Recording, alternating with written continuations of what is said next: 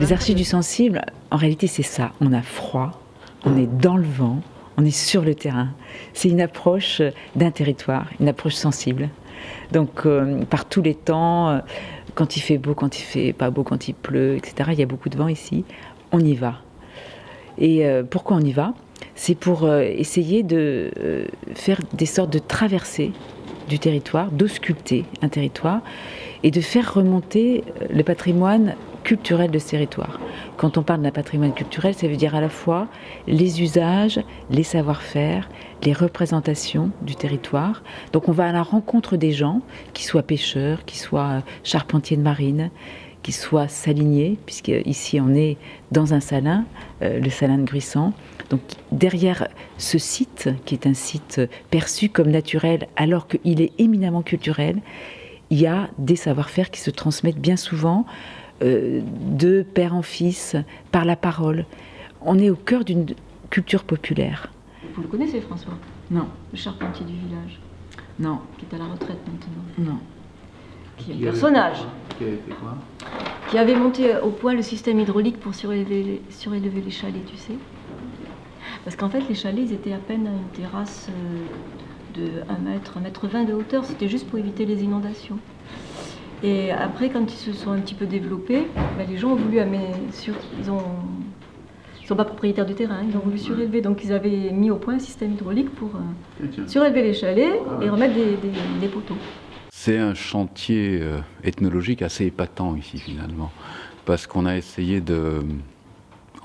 en tout cas de joindre à la fois la dimension recherche bien sûr, hein, et puis le projet culturel. Tenter en tout cas de relier la recherche au projet culturel. Et on s'appuie pour ce chantier sur ce qu'on a appelé des passeurs de territoire. C'est-à-dire, c'est des gens qui habitent le territoire et qui sont habités par lui, comme disait Marion, mais qui sont des informateurs privilégiés dans notre jargon. C'est-à-dire, c'est des gens qui ont fait la démarche eux-mêmes d'une ethnographie de leur propre culture. Je prends pour exemple ce pêcheur, François, qui était pêcheur de son état, mais qui a ensuite eu des chemins de traverse, est parti en Afrique, et puis est revenu enquêter sur sa propre culture. C'est des informateurs privilégiés, formidables, ça.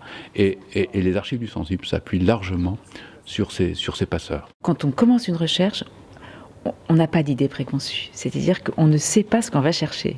Sinon, c'est pas de la recherche. On y va, et puis on fait du repérage, comme ce matin. On fait du repérage comme au chalet de Gruissant. Et on se dit, bah voilà, tiens, comment est-ce qu'on va aborder cette question? Et petit à petit, ça s'élabore. Et petit à petit, non seulement il y a une pensée qui s'élabore, mais il y a aussi des médias. C'est-à-dire qu'on va publier, ou bien on va faire un film, ou bien on va faire un cycle de conférences, ou bien on va demander à un artiste de venir en résidence, d'écrire, un écrivain, ou bien un photographe, un plasticien. On va faire une exposition de photographie. C'est infini. Et c'est ça qui nous intéresse. C'est que vraiment, on n'est pas enfermé dans des formes.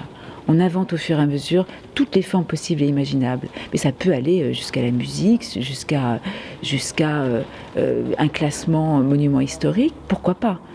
On ne se ferme à aucune forme de valorisation.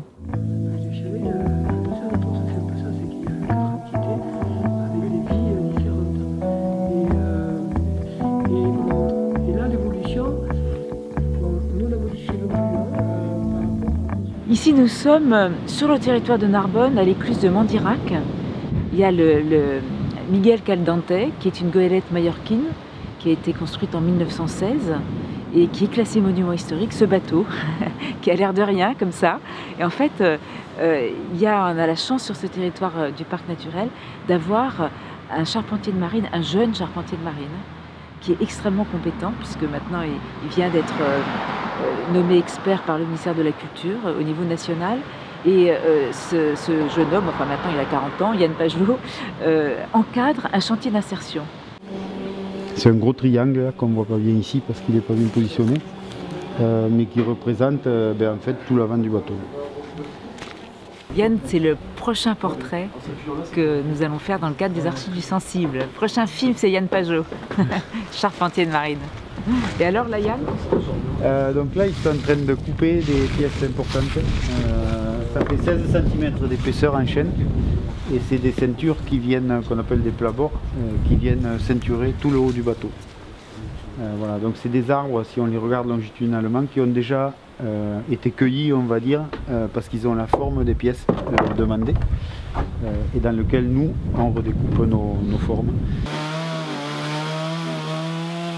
Quand on voit repartir des unités comme ça, ou même des plus petites unités qu'on revoit naviguer et qui participent aussi, j'allais dire, à une lecture paysagère, quand on retrouve des unités comme ça en navigation à la voile latine ou sous leur gréement traditionnel sur la Méditerranée ou dans les étangs de Bachijan ou des choses comme ça, oui, quelque part c'est bien.